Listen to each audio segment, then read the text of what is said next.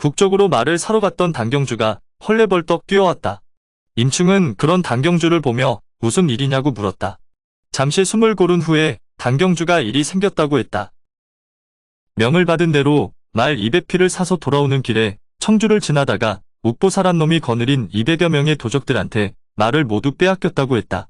그 난리통에 함께 갔던 석용과 양림도 잃어버렸다고 했다.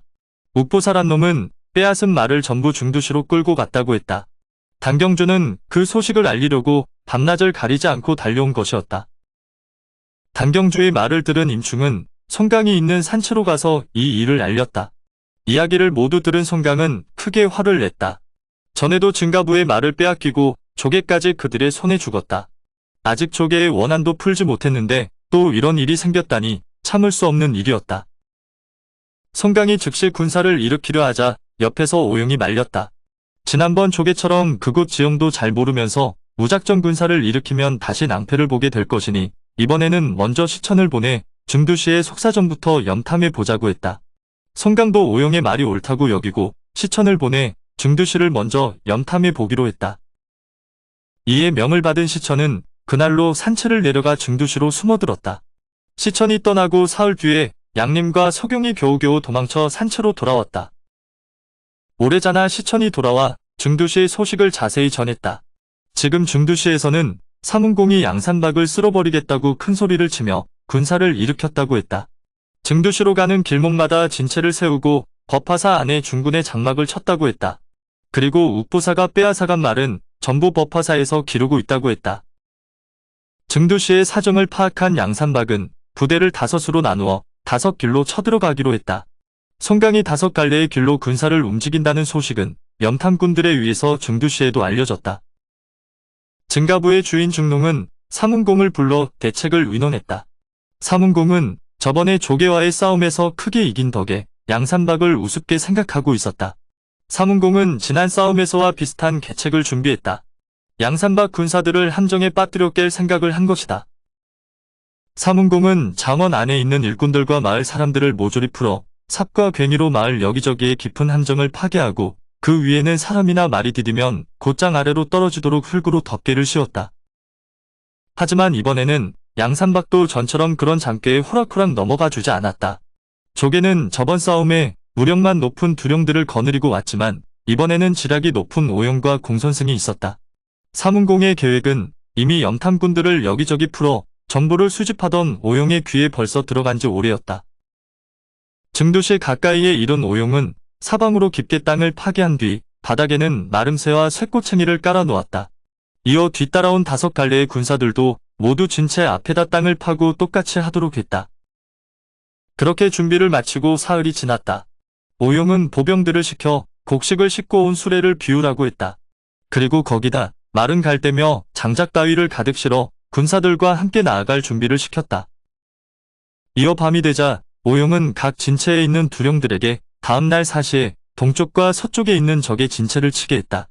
그리고 양지와 사진에게는 북쪽 진채 앞에 군사를 한 줄로 넓게 벌리고 겉으로만 북을 치고 깃발을 흔들어 금세 밀고 나갈 듯 기세를 올리고 실제로는 절대로 나아가지 말고 기다리라고 했다. 한편 사문공은 양산박 군사들을 진채 앞으로 끌어들여 함정에 몰아넣으려고 진채 앞의 좁은 길목에서 기다리고 있었다. 다음 날 아침 사시가 되자 진채 앞쪽에서 포향이 울리고 많은 군사가 남문으로 밀려 들어왔다. 사문공은 그들이 함정에 빠져들기만 기다리고 있는데 갑자기 동쪽 진채에서 사람이 와서 노지심과 무송이 쳐들어오고 있다고 알렸다. 사문공은 병력을 쪼개어 동쪽 진채를 지키는 증비를 도우러 보냈다. 그런데 또다시 사람이 헐레벌떡 달려와서 서쪽 진채가 주동과 뇌행의 공격을 받고 있다고 알렸다.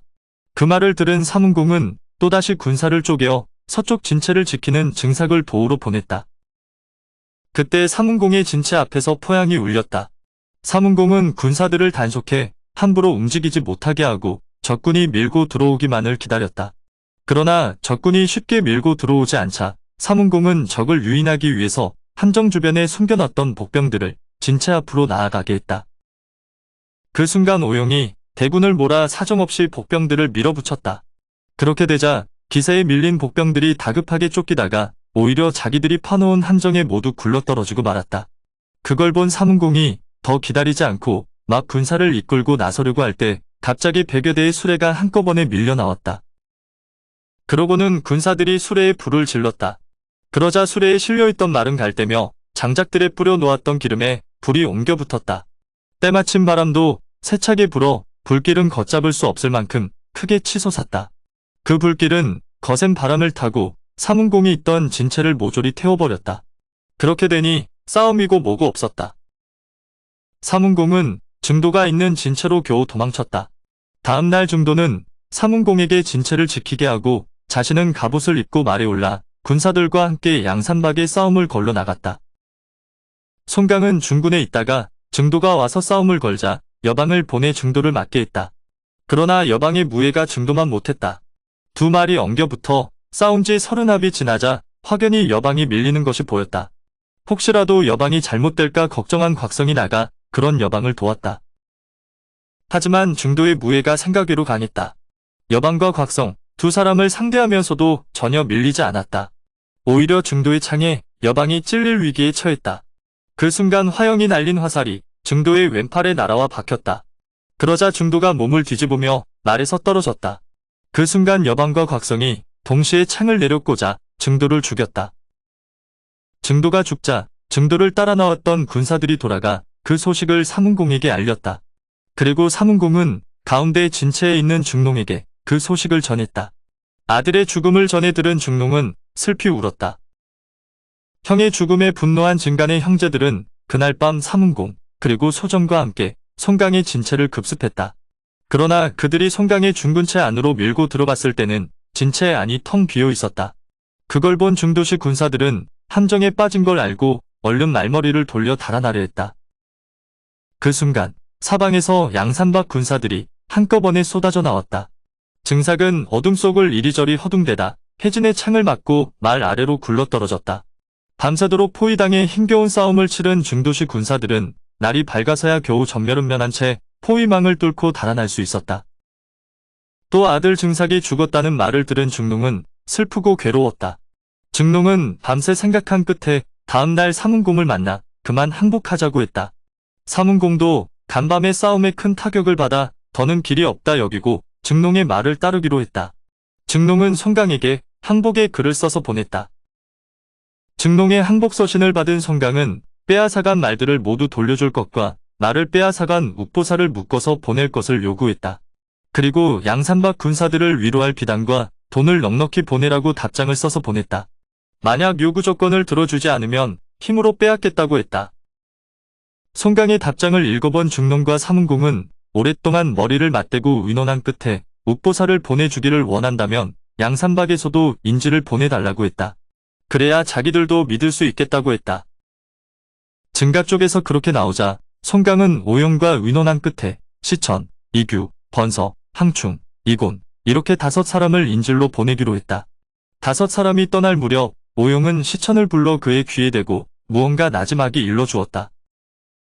그렇게 증가의 진처로 간 5사람은 증농에게 화평을 청한다고 인사했다. 증농은 5사람을 법화사에 있는 진체에 가서 쉬게 하고 군사 500을 시켜 그들을 에워싸고 지키게 했다.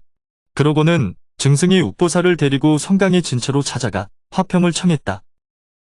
그런데 송강이 증간의 쪽에서 보내온 것을 확인해보니 단경주에게서 빼앗아간 말 중에 소야옥사자마가 보이지 않았다. 송강이 증승에게 어떻게 된 거냐고 묻자 증승은 그 말은 사부인 사문공이 타고 있어 차마 끌고 오지 못했다고 말했다. 그 말을 듣고 송강이 불같이 화를 냈다. 송강은 당장 편지를 써서 그 말을 데려오게 하라고 했다. 워낙 송강이 크게 화를 내니 그 기세에 눌려 증승이 그 자리에서 편지를 써서 데리고 온 사람에게 주어 돌려보냈다. 그러나 뜻밖에도 사문공은 다른 말은 다 돌려보내도 이 말만은 내줄 수 없다며 뻗대었다. 그 바람에 달라느니 못 주겠다느니 하면서 두 진체 사이를 사람이 여러 번 오가게 되었다. 그러자 송강의 요구를 끝내 견디지 못한 사문공이 꼭 말을 돌려받기 원한다면 먼저 양산박 군사들부터 물리라고 조건을 내세웠다. 그 말을 전해 들은 송강이 오용과 의논하고 있는데 급한 보고가 들어왔다. 청주와 능주에서 군사들이 오고 있다는 내용이었다. 그 말을 들은 송강은 증가 쪽에서 이 일을 알면 반드시 딴수작을 부릴 것이라며 걱정했다. 송강은 먼저 군사를 보내 두 갈래로 오고 있는 관군부터 맞게 했다. 그러고는 송강이 욱보사를 불러 좋은 말로 그를 달랬다. 만약 욱보사가 이번에 공을 세우게 되면 양산박에 두령 자리를 내줄 것이고 양산박에 있기 싫으면 증두씨를 처부수는 대로 놓아주겠다고 했다.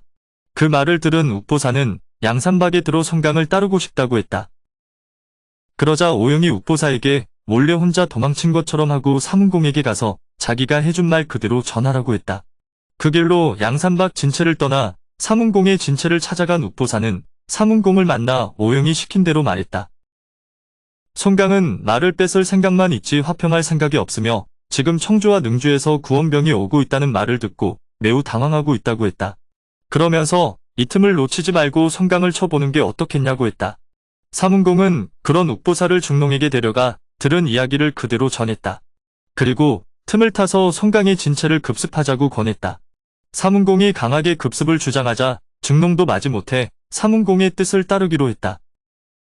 한편 사문공을 속이는 데 성공한 욱보사는 몰래 법화사에 있는 진채로 갔다. 거기서 이규를 비롯한 5 두령에게 오영의 계책을 알려주었다. 그날 밤 오영의 계책대로 사문공은 소정, 증밀, 증계와 함께 군사를 일으켰다. 그러나 그들은 송강의 진채에 도착하고 나서야 자기들이 함정에 빠졌다는 사실을 알게 되었다. 사문공을 비롯한 증간의 군사들이 본체로 정신없이 달리고 있을 때 증두시 안에서 함성 소리가 들려왔다. 그 소리에 맞춰 시천도 법화사의 종로로 기어 올라가 종을 쳐댔다.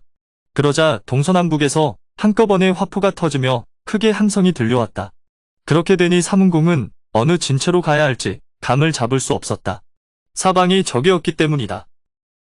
진채에 남아있던 중농은 진채의 안이 크게 소란스러워지자 일이 틀어진 것을 알았다.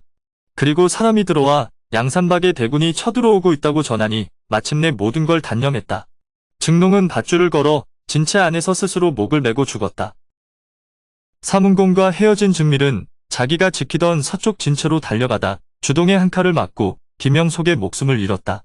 증계 역시 자기가 지키던 동쪽 진채로 돌아가다 어지럽게 뒤얽힌 군사들 틈에서 말발굽에 밟혀 죽고 말았다. 소정은 겨우 북문으로 달아났으나 결국 양산박 군사들이 쏘아대는 화살에 맞아 구슬픈 비명과 함께 말에서 떨어져 죽었다. 오직 사문공만이 무사히 서문을 빠져나올 수 있었다. 하지만 연천과 노준이가 끝까지 사문공을 추적했다. 결국 사문공은 노준이가 휘두른 칼을 허벅지에 맞고 비명을 지르며 말에서 떨어졌다. 노준이는 그런 사문공을 꽁꽁 묶어 증두시로 끌고 갔다. 증두시를 평정한 송강은 먼저 증승을 끌어내어 목을 자르고 증가의 집안 사람들도 모두 죽였다. 그 무렵 청주와 능주에서 오던 관군을 물리치고 관승과 화영이 별 탈 없이 합류했다. 사문공은 죄수 싣는 수레에 실려 양산박으로 끌려갔다. 산채로 돌아온 두령들은 모두 충해정에 있는 조계의 위패 앞에 모였다. 송강은 제문을 짓게 하고 두령들에게 모두 상복을 입혔다. 그리고 사문공을 조계의 위패 앞에서 죽이고 제사를 올려 조계의 원한을 풀어줬다. 오늘의 영상은 여기까지입니다. 영상이 도움이 되셨다면 구독과 좋아요, 알람 설정 부탁드립니다. 시청해주셔서 감사합니다.